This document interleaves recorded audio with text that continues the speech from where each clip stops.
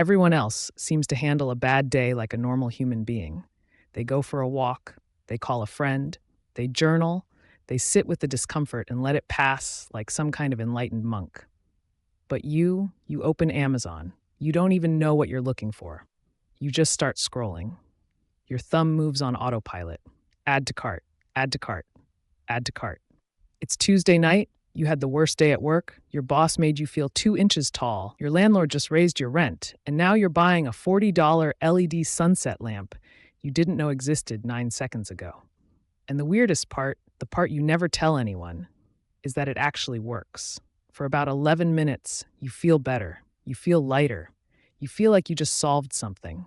Then the confirmation email hits your inbox, and a completely different feeling takes over. Guilt.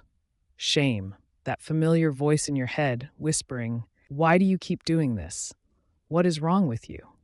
And so you add that shame to the pile of stress that made you open Amazon in the first place, which means tomorrow night, guess what? You're going to do it again. If this sounds like your life, I need you to hear something before we go any further. This is not a character flaw. You are not weak, you are not broken, you are not bad with money because you lack discipline or intelligence. What is actually happening inside your brain when you stress shop is one of the most well-documented neurochemical loops in modern psychology. And once you understand it, once you actually see the machinery behind the behavior, you will never look at your shopping cart the same way again. So stay with me, because this completely changes how you see yourself and your bank account. Psychologists have a term for what you're doing. They call it emotional regulation through consumption. It sounds clinical, and it is. But here's what it actually means in plain English. Your brain has a very simple, very ancient operating system. When something in your environment causes you stress, your brain's number one priority is not to fix the problem. It is to make the pain stop as fast as humanly possible. That's it.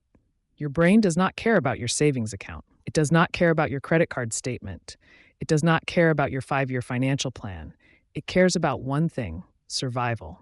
And in your brain's language, emotional pain and physical pain are processed in almost the exact same neural regions. Researchers at the University of Michigan ran brain scans on people experiencing social rejection and found that the same areas of the brain that light up when you touch a hot stove also light up when you feel emotionally hurt.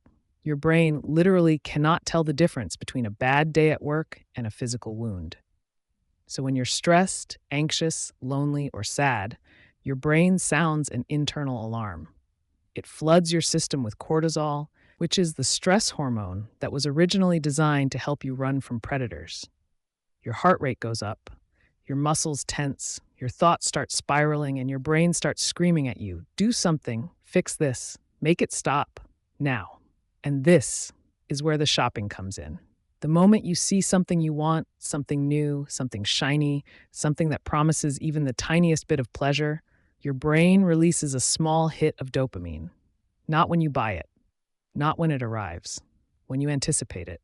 The scroll itself is the drug. Every new product image, every 5-star review, every limited time deal triggers a tiny dopamine pulse that temporarily lowers your cortisol. For a brief, beautiful moment, the alarm goes quiet. The stress fades. You feel relief. And your brain, the same brain that kept your ancestors alive on the savannah, stamps that behavior with a giant green check mark and files it under things that make the pain stop. That is emotional regulation. You are not shopping for stuff. You are shopping for relief. But here's where it gets really interesting and honestly kind of heartbreaking. This wiring did not develop because of Amazon. It is hundreds of thousands of years old. Think about what life was like for your ancient ancestors. Resources meant survival. Food, tools, shelter, animal hides. These were the things that kept you and your tribe alive. When the world felt dangerous, when the weather turned, when predators circled, the act of acquiring and stockpiling resources was one of the only things a human could do to regain a sense of control. Gathering resources literally lowered cortisol. It calmed the nervous system. It told your brain, okay, we have what we need, we might be okay. That instinct is still running inside you right now, completely unmodified, in a world that looks absolutely nothing like the one it was designed for. Your brain does not understand that the sunset lamp is not a survival resource. It does not understand that the premium noise-canceling headphones are not going to protect you from a predator. All it knows is that the act of acquiring something new triggers the same neurochemical relief that once meant the difference between life and death. You are running ancient software on a modern operating system, and the results are predictably catastrophic for your bank account. Now, if this was just your brain being old and confused, that would be one thing. You could maybe learn to manage it on your own. But here is what nobody talks about, and this is the part that should genuinely make you angry. There are entire industries, billion-dollar corporations, and some of the most brilliant engineers and psychologists on the planet whose entire job is to exploit this exact wiring and make sure you never, ever break free from the loop.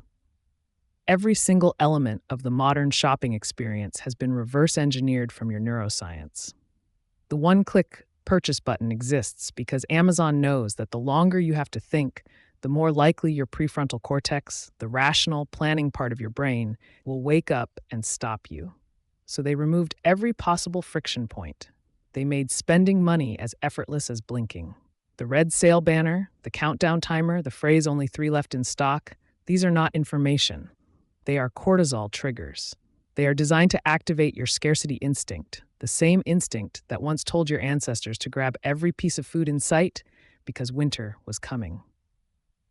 The targeted ad that appears on your Instagram feed 30 minutes after you had a stressful conversation, that is not a coincidence. Algorithms track your behavior patterns. They know when you're most emotionally vulnerable. They know that you scroll more at night, that your willpower is depleted after a long day, and that you are statistically most likely to make an impulsive purchase between 9 and 11 p.m. They are not selling you a product.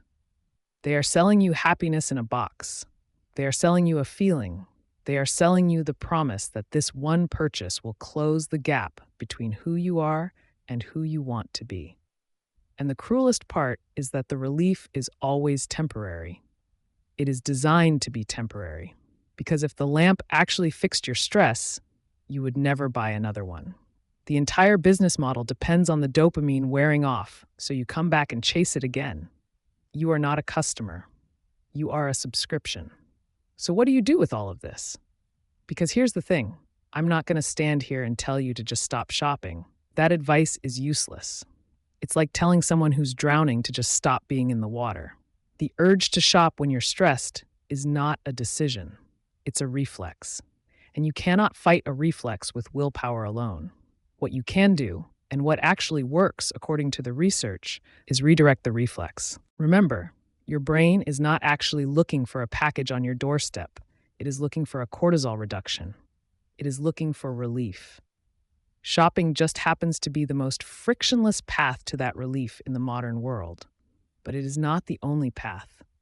Neuroscientists have found that several other behaviors trigger the exact same dopamine and cortisol regulation cycle. A 10-minute walk outside, especially in nature, reduces cortisol by measurable amounts within minutes. Deep breathing exercises activate your parasympathetic nervous system, which is essentially the off switch for your stress alarm. Even something as simple as organizing a drawer or cleaning a small space gives your brain that same sense of, I acquired order, I gained control, the threat is managed. The trick is not to eliminate the need for relief. The need is real. The need is valid. The trick is to build a menu of relief options that don't cost money.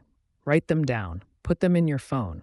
Because in the moment when cortisol is spiking and your brain is screaming at you to fix it now, you will not think clearly. You need the list already there, already decided, already waiting. And here's the final piece, the part that actually changes everything. You are not the problem. You never were. You are a perfectly functioning human being running an ancient survival system in a world that has been deliberately designed to exploit that system for profit.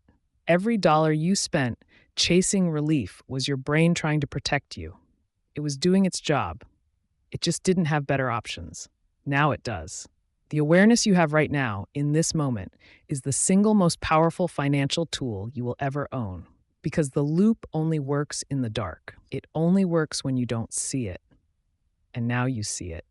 So the next time you find yourself on Amazon at 10 p.m. with a cart full of things you didn't need 5 minutes ago, you won't feel broken. You'll feel informed. You'll recognize the cortisol spike. You'll recognize the dopamine bait, and you'll have the power to pause, take a breath, and choose a different path to the relief your brain is rightfully asking for.